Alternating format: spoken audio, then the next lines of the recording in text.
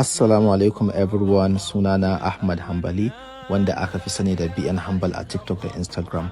Yau zan gwada muku yadda ake yin stuffed naan bread. Inebur za mu sa flour, yeast, sugar da gishiri da kuma mai ɗan kaɗan. Wannan kuma warm milk ne da shi za mu kwaɓa flour har sai ya haɗe jikin shi gaba ɗaya. Bayan mun kwaɓa sai mu goge work surface namu, mu yi kneading for about 10 to 15 minutes. Daga nan sai ku maida a cikin bowl ɗin, ku shafa mai a jiki, sai ku rufe ku sa a wuri mai ɗumi don ya tashi.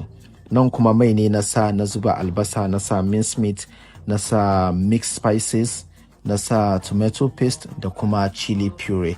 Sai ku motsa, ku zuba garlic, ku bar shi ya dahu. Nan kuma dough ɗin ya riga ya tashi, sai ku yi kneading ɗin shi for a minute, ku yanka shi ƙanana-ƙanana. Bayan kun yanka shi sai ku ɗauko wanda kuka yanka ku folding ɗin shi into balls kamar yadda kuke ganin ina yi. Daga nan kuma sai mu kawo green bell pepper mu zuba a cikin mincemeat ɗin mu bar shi ya simmering.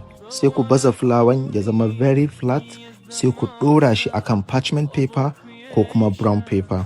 Sai ku ɗauko fillings ɗin ku zuba a kai, sai ku yi rolling wani fulawa ƙarami ku ɗora a kai, sai ku shafa ruwa a gefe-gefen saboda ya manne. Sai ku dinga folding in kamar yadda nake yi har sai kun rufe shi gaba ɗaya.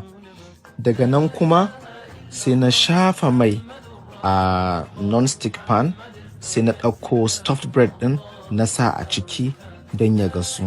Sannan za ku iya sa mayonnaise kafin fillings ɗin don hakan yana ƙara mishi armashi sosai. Shi ma sai ku yi folding kamar wancan, ku gasa shi. Haka za ku yi ta yi har ku gama. Gashi nan dai stuffed naan bread namu is ready. Ramadan Mubarak.